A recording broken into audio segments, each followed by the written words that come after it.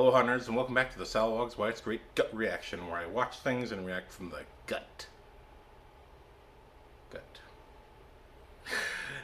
So last night I had the pleasure of watching two relatively new movies. One actually new.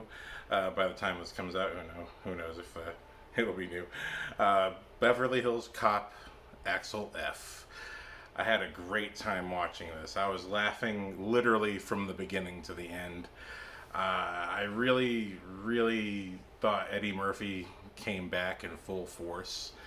For those of you following my Instagram at MJS Presents, I do more regularly post my reviews in written form on that account. So if you just need a, hey, your episodes don't come out fast enough for me to watch anything. But that's not really the point of my show. My show is supposed to be more of a reflection on the filmmaking most of the time. But sometimes it is just a genuine reaction to what I saw, like today. I am the shirtless wonder, the Salawag. But yeah, I had just a blast. Eddie Murphy was in full form. This was directed by Mark Malloy. I'm not familiar with his work outside of this movie. Taylor Page plays Eddie Murphy's distant daughter, who is a lawyer. She's in her 30s. And Joseph Gordon-Levitt returns from Gotham City as a police officer, and that's great. I'm sorry, I'm always shirtless. It's hot in Southern California, and I gotta do what I gotta do to survive, man. It's hot up in here. I gotta be shirtless. I don't have a cool office with AC yet. Yeah, I just had such a great time watching this film. It really brought me back. I haven't watched the Beverly Hills Cop films since I was a kid. I do remember Eddie Murphy always getting out of situations with some kind of voice or goofy shenanigans, and he was back in full force with that in this film. I really I couldn't believe what a good movie this actually was, and how it genuinely felt. Not only did it feel like a sequel to Beverly Hills Cop, like a genuine sequel, not a direct-to-DVD movie, it felt like something that should have been in the big screen to me. Because I remember, I'm not a fan of these movies, these sequels that come out 30 plus years after the original. I'm really not a fan of that. I mean, Blade Runner, I've come to like Blade Runner 2049. Realizing who the director was, I watched it with a little more scrutiny the second time. But in general, yeah, I've always hated when they make sequels and either the character stays completely the same or needless changes are made to the character for some reason. My most egregious change I hate, two of them. I hated in Star Wars The Force Awakens when Han and Leia were broken up and their son became a crappy Darth Vader. I just thought, are you serious? You just took one of a very beautiful fairy tale love story and then you smushed it with the real world, with our world, and I just think that's disgusting. That's just horrible. How dare you? I love you, J.J. Abrams, but nah. Méchant, my friend. I just thought that was terrible. I was like, what a ridiculous disruption of characters who we love, and that we saw their journey. Han Solo started out as a guy who cared only about himself and became a man who cared about other people, and that's the man that Leia could love. And I don't think, even if their son became Darth Vader, that they would split up. I think you've needlessly destroyed a really good character arc, and also destroyed the whole point of what fantasy is for, is that true love should exist, that certain things should exist, and those miracles are proof that make our heroes be the heroes that they are. And I think you just completely destroy the point of that. And then even more egregious than that is Terminator Dark Fate, where they kill John Connor in the first 5 minutes and then make Sarah Connor have to play this, supporting of another Sarah Connor who's also John Connor. And I just thought, how needless. It's just utterly needless. It's not continuing the original story. And my feeling, if you're going to continue Terminator, you got to basically do what this movie did. And coming to America, I love the film Coming to America. It's one of those formative films for me as a person. Although I've been a bit of a, a knucklehead in my times, the times where I was not a knucklehead, where I was a respectful gentleman, that a lot of that comes from Prince Akeem in Coming to America. The way he handled himself, his confidence with himself, his kindness toward other people. If you've seen my dark side, I'm sorry, but if you've seen my light side, a lot of that comes from Prince Akeem. And I just felt that that movie, here again, we have it's been 20 plus years since the film originally came out. And although it was great to see Wesley Snipes in the film, the movie I thought kind of looked like a TV, it looked like it was a TV show. It had a low budget feel to it, even though you could tell they put money into it. And that's the worst. I think, you're making a sequel to a beloved film, and I don't care if it's coming out on streaming. Like, this is a beloved film. There should be a tender love and care put into it, into even the exact look of the movie. I don't care if it's shot on digital. You use film lenses. You use and you use film language that's appropriate. That really keeps it on the level. And what I am happy with Beverly Hills Cop Axel F is that the cinematography really this looked like a movie that took place in the 80s or 90s a little bit, and the cinematography was very good. The directing was really good. I think the only thing TV-ish about it was the bad guys. The bad guys were just this is also a throwback thing, but the bad guys were just so obviously the bad guys. But also I miss that. That is also a thing that is in older movies where the vague attempt at bad guy nuance that even the Transformers movies attempt. I can't stand in movies today where there's this sort of half-assed attempt at making your villain sympathetic, and I'm like, look, you gotta go not half-ass on anything. Everything's gotta be full-ass in a feature film. Because in a feature film, you got this much time to tell your story. And I love that Kevin Bacon, I'm spoiling it now, Kevin Bacon's the bad guy, okay? It's an 80s movie. This is an 80s movie brought back to life. Kevin Bacon's the bad guy. You'll figure it out very quickly. It's not that big of a spoiler. But I just, the flavor everyone has against each other is awesome. I really think what's funny in this movie is I think Kevin Bacon is reprising his role from Super. He's just in a world where Rainn Wilson never killed him. This is that same guy. Even the set at the end of the movie vaguely looks like the same set from the end of Super.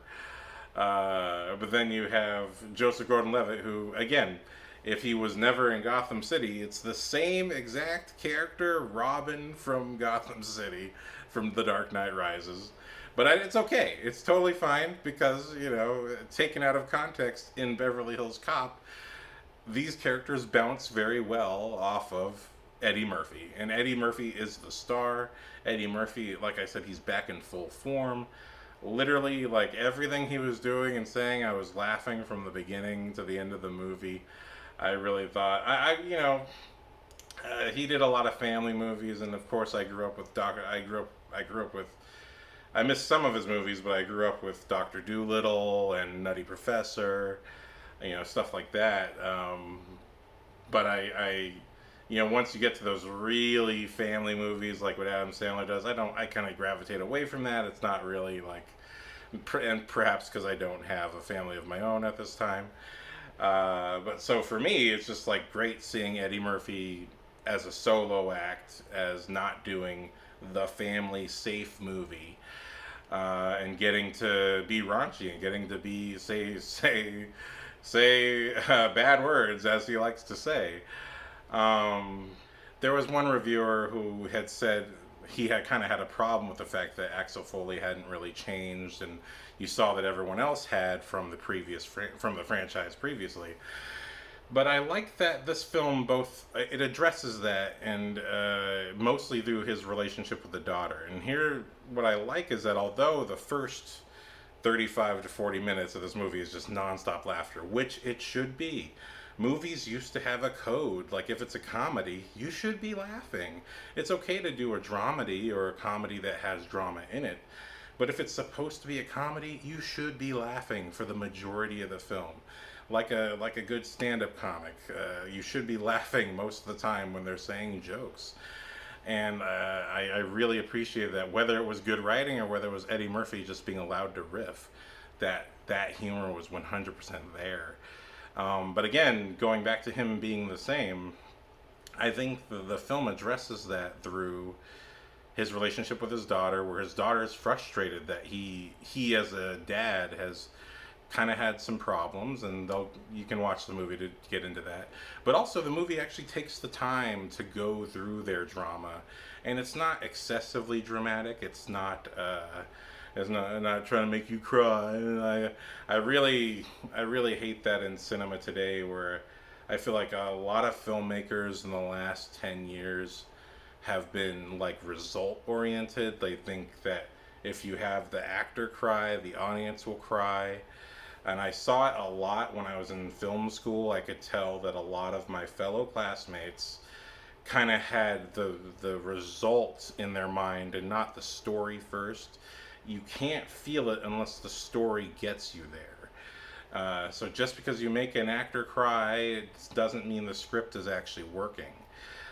Better that if the script isn't working, then you gotta play. Either gotta strengthen it with better direction, which is something Guillermo del Toro will do, or change the script, or you gotta make that work.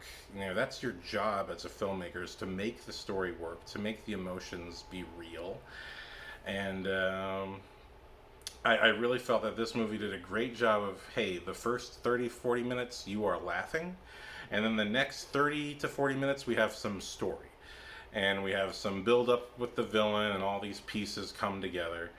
But that's how it should be. It's a comedy, in a genuine comedy, the drama is hidden underneath the comedy. It is very like Coneheads and stuff like that. I really appreciated how the film took the time and didn't short skirt the drama to force more comedy in, which I think happens also way too much in films. And of course, Judge Reinhold and company come back, and they have smaller scenes and smaller roles, but I think that's fine because Eddie Murphy's the real driver of this story, and you do need some new blood in your 30-plus year sequel. So it's really cool seeing, all the fireworks, or the firecrackers more. It's more like firecrackers between Eddie Murphy and Joseph Gordon-Levitt, especially. I really enjoyed that. Axel Foley he's the classic 80s cop hero, where he can't go anywhere without causing a seismic level of destruction. And the movie gets to that right up front, and in an unexpected way. Like, I'm thinking, this is a sequel so long, it's made by Netflix, I don't really know if it's gonna be as charged as it should be, and clearly, what I seem to appreciate about Netflix and Amazon Prime, especially, it seems like in the last couple of years, they're really hunkering down on understanding that quality is the king. HBO has always understood that, but they're really understanding, like, hey, like, people will watch it if it's good. You know what I mean? And it's like, it's so many movies that go to the theaters are just like, are literal coin flips, and I'm like, who said this was okay? Who said this movie was done? Because you need to go back and spend another month and fix this film before you put it out, because it is not there. It is not done yet. And I realize this film is so rare, I think, and especially for a streaming movie. I don't even want to watch We Have a Ghost. I've never seen a movie trailer full of so many actors I liked and really not wanted to watch it, except for like grown-ups. I'm like, wow, I don't know what's going on, but that hair comb over is terrible, and I'm not watching this. It just looks low budgety. I'm like, I know it's streaming, but if it's a movie, the standard is still expected for a movie to be a movie. And I just, yeah, end to end, Axel Foley F, or Axel F. It really delivered on being a film, getting us to that end, and it was a satisfying ending. It could have been, definitely the ending was not as big as the beginning, but its moments that it had were so good and so signature of feature film making. Um, it would have been nice for a little more oomph to the ending, but other than that, I thought it nailed it in exactly the way I felt Live Free or Die Hard, the fourth one with Justin Long.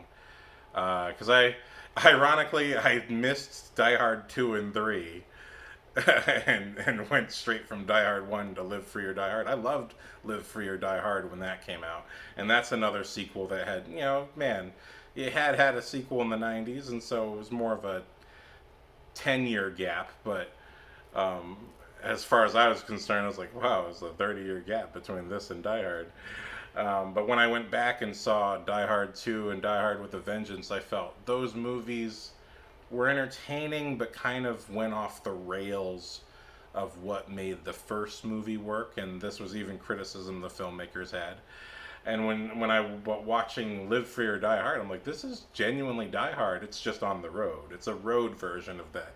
Like this is, and I felt that's what Axel F is. Axel F is the Live Free or Die Hard of Beverly Hills Cop. It's cinematic, really great filmmaking. Again, you wish the ending had a little bit more oomph, like the original did. I don't even remember the original Beverly Hills Cop at the moment, but man, just the fact that they nailed it as well as they did made me so happy. So that's all I got to say. That's spoiler free, and there's nothing I can spoil for you for the movie. I think you just check it out, see if you like it. But okay, now there's a movie I really enjoyed. I really enjoyed this movie. The other movie I watched that's relatively new. This is the relatively new because it came out earlier this year, and I skipped it in theaters because I'd already seen Godzilla minus one. And that review is either out already or pending to be out months from now. Who knows?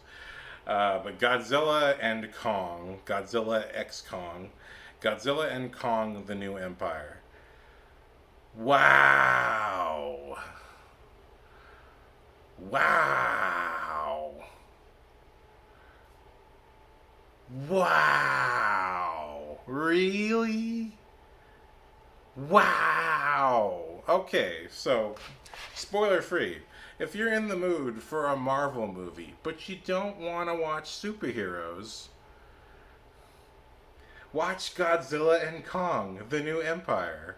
If you're in the mood for a Planet of the Apes movie, but you don't want to be in a dystopian future where humanity's dead, watch Godzilla and Kong. Oh my god, because this movie is an exact smash up of Guardians of the Galaxy, the sequels, not even the first one. The first one, I think the first one and the third one are the best, but even then, I think the first one has most of the juiciest meat. You put 2 and 3, and you put Dawn of the Planet of the Apes together. I don't give a shit that I'm spoiling this. And the ending of Man of Steel, and you've got Godzilla and Kong, The New Empire. Wow. I mean, literally, you got a guy with a spaceship. And I love Dan Stevens. I love Legion. It's one of my favorite shows of all time. Legion, Lost, Battlestar Galactica, Legion, Smallville. I'm sorry, Smallville. Maybe Smallville's above Legion. I don't know. But you got this guy who has a spaceship. Basically, he doesn't go to space with it, but it's basically a spaceship that looks kind of like Star-Lord's spaceship, from the first Guardians movie. And every time he shows up and every time he's flying around, there's some popular music from a previous generation playing. And it's great music. And it does lift the mood and feel good in the moment. But he's flying around in a spaceship doing dental work on King Kong. And this is a guy who, you know what I mean? And I'm like, where did this come from? I watched Monarch, okay? And again, that review has either come out or it will come out by the time this one airs. Monarch was really good. Monarch was like a proper American version of a Godzilla movie turned into a show, where it was really about the human characters and the humanity's reaction to Godzilla's existence in a genuine way. It had real heart. It had Durs from Workaholics. Wonderful, wonderful. It had it had Snake Plissken, and it had Snake Plissken's son, Captain America, playing the same character in two different time periods because it has a parallel time. Monarch was fantastic, and Monarch sets up these portals where you go back and forth between Hollow Earth and all that. Now, I did watch Godzilla King of the Monsters, and Godzilla vs. Kong. And I don't remember Hollow Earth being in any of those movies, and Kong Skull Island. I mean, Hollow Earth was referred to in Kong. I don't recall Hollow Earth being an element of Godzilla vs. Kong. I could have just forgotten because, in truth, I didn't like any of those movies. Any of them. The first Godzilla 2014 was the only one I saw in theaters, and after that I was like, nope. You know what I mean? I'm like, and I don't mean any offense to the filmmakers, because I'm a filmmaker too. I don't want to offend you guys. It's just it really did not work for me. And the teasing of Godzilla still drives me nuts. But Monarch sets up that when you go through these portals, there's a time difference. So when you're in Hollow Earth, it's almost like time, you don't age practically. Or your experience of time is completely different. And then when you go through the portal, time on regular Earth has passed. And so I was expecting that to be an important part of Godzilla and Kong, the New Empire. And it was not. They just used the Hollow Earth portals casually. People just know about it. And it's fine. Everything's fine. It's all Bon. Everything is Bon. Everything is Bon. I'm like, okay, alright. Why? Why is this happening? Why are we going through a Hollow Earth portal? I mean, did you find Land of the Lost in there? Is that what you did? You found Land of the Lost. That's what happened. You just couldn't find Will Ferrell. Like, Will Ferrell was all this movie was really missing. And I'd seen the Red Letter Media review already, where they were like, or maybe it was Kind of Funny, I forget, but they were talking about how Rebecca Hall is literally just there to fill in the blanks, and to also, what I don't like is that she's saying things that are also already happening on screen. So if you don't know what's going on, you really know what's going on. But I'm like, it's already happening on screen. It's completely unnecessary dialogue, because she's the expert on Kong, Godzilla, and the expert on Hollow Earth. So it's just, I'm like, I don't get what's happening here. And then, again, I'm not even mad. I'm not mad. I'm just like lightly annoyed that this movie is basically Guardians of the Galaxy meets Avengers Age of Ultron, essentially. it was like they really, really did their homework on those two films to make this one. You know what I mean? You're like, wow. It's like this. It's like the studio sat down with the director and said, "Hey, let's watch these movies. Okay, these are the Marvel movies, right? And like, okay, what's in these movies? Spaceship. Okay, fun guy listening to good music on spaceship. Yeah, yeah, fun guy listening to good music on spaceship. Good music that's retro, Godzilla Kong, retro properties. Okay, all right. And Age of Ultron. What was the best scene in that movie? Hulkbuster versus Hulk. What happens at the end of this movie? Godzilla, King Kong gets a metal arm, and guess what? It acts exactly like the Winter Soldier's arm and the Hulkbuster arm at the same time. Where you see all the metal pieces shift so that King Kong can have a better punch. Yeah. And oh god. Oh, let's not forget the DC extended universe. Snyderverse is now popular. Man of Steel, they destroyed all of Metropolis. Okay, so Godzilla and King Kong and two other monsters must destroy all of Rio de Janeiro. Like all of it, as much as monsterly possible. But, okay, Marvel movie, it's gonna be fun. We're gonna enjoy watching a million people get eviscerated. It's gonna be fun because fun music will be playing. It's okay. It's okay that there's no way this town evacuated before these monsters showed up. There's no warning system. There's no way. Even though in Monarch, it sets up that around the globe, they have a warning system for kaiju. And that if a kaiju shows up, anyone who's by the water, because that's where they come out of for some reason, anyone who's by the water gets a warning and the town clears. That's not in this movie at all. At all. Maybe it was in some version of the script. It's definitely not in the film. So, I mean, I can't review this movie in any other way than by saying it's just Guardians of the Galaxy with the Hulkbuster moment of boom.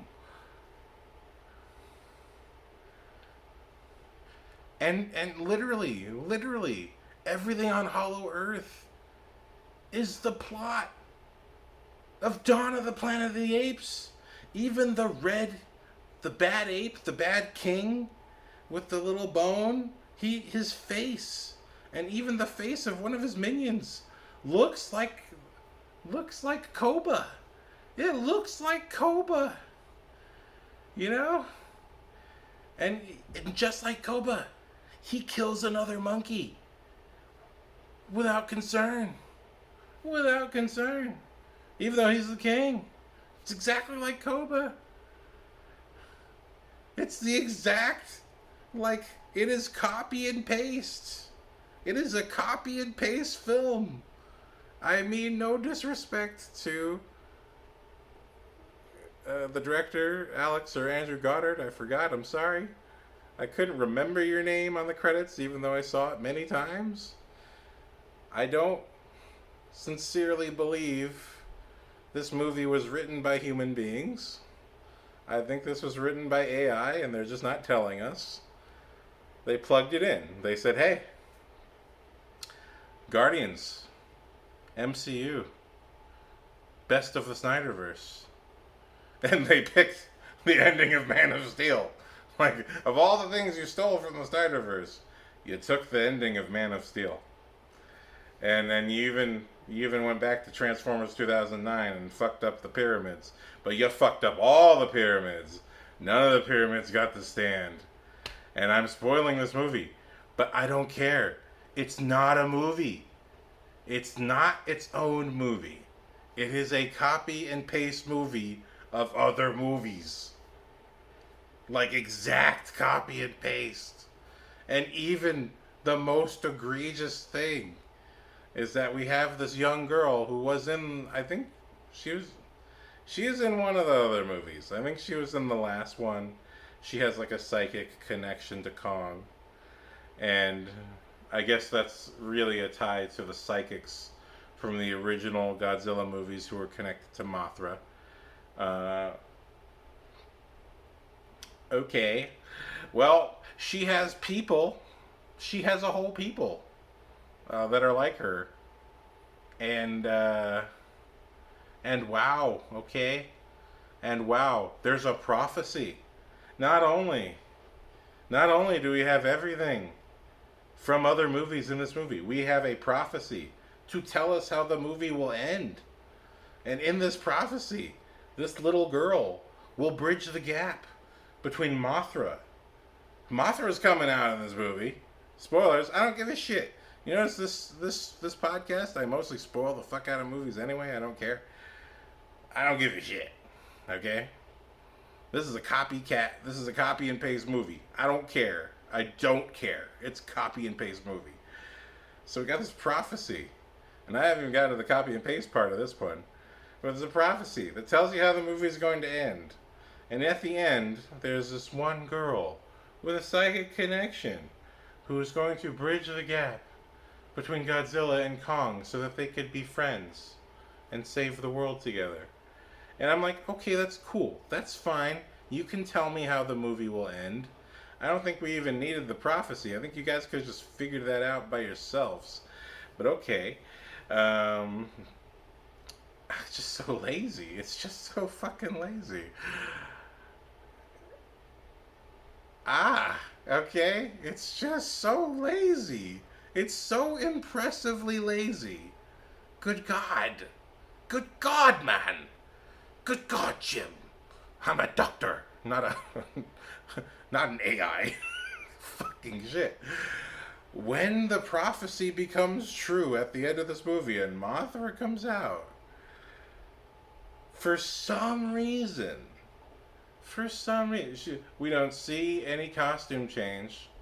I swear this girl looks like she's like a tween for the majority of the movie, and then all of a sudden, and I think it's a reshoot, all of a sudden, when Mothra comes out, there's a teleportation into the final scene, and the costume that this girl is wearing all of a sudden looks like Avatar: The Last Airbender, the Pocahontas version. And I'm like, fuck you, movie. Fuck you.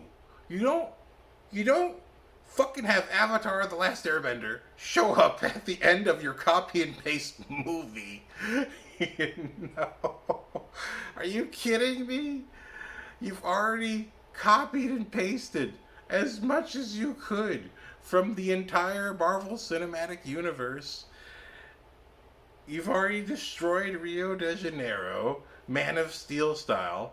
We know. How am I supposed to feel like they saved the world when they clearly fucking annihilated an entire city of people? You know there was millions of people. Millions completely annihilated because there's no setup, or they edited it out of any possible evacuation. Get out of here. There's no way this place was evacuated. They fucking annihilated millions of people to fun music. Oh, but they saved the world. It's just at the sacrifice of those millions of people. Wow. And on top of that, Avatar: The Last Airbender, the chick version shows up? Are you serious, man? What the fuck? And I think the worst thing that this movie does, I'll tell you, because I'm down to clown with everything that has happened already. I was like, this movie, I started doing other things because I knew what I was watching. So I would look, okay, Dan Stevens is playing music again.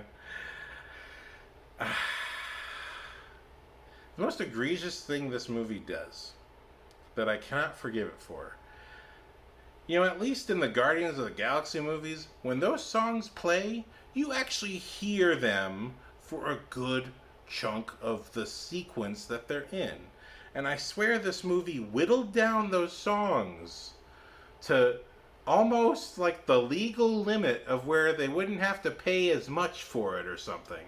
Like there was some kind of like, well, if you play more than 2 minutes of the song, or if you play more than a minute and a half of our song, we have to charge you more. And it was like, just like how you can play 15 seconds of anything and you're okay on YouTube, or I guess less than 15 seconds. That's how the movie felt. I was like, why are you playing the Twilight Zone song and you're cutting out the part where they say the Twilight Zone?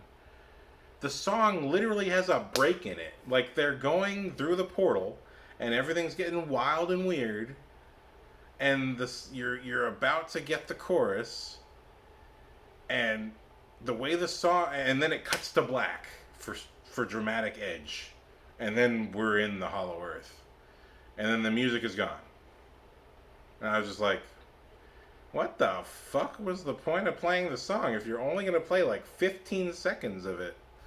Like, are you seriously just trying to get away with this music for free or something? Is this like a discount if you don't play enough of the song to 100% recognize it?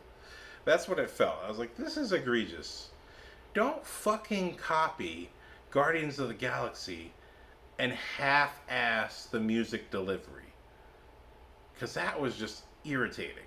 I was just like, now I understand what everyone's complaining about in the beginning of fucking Suicide Squad. But it was like a whole movie of it. I was like, get out of here! Play the song! And Twilight Zone, that song actually stops for a second. And then the music comes back. That's the edit you use. That's the song does it for you. You don't have to cut it halfway through them singing. What the fuck, man? What the fuck? Méchant. So anyway, that's my thoughts on Godzilla and Kong, the New Empire. It's a copy and paste movie. Wow. Aloha. Thanks.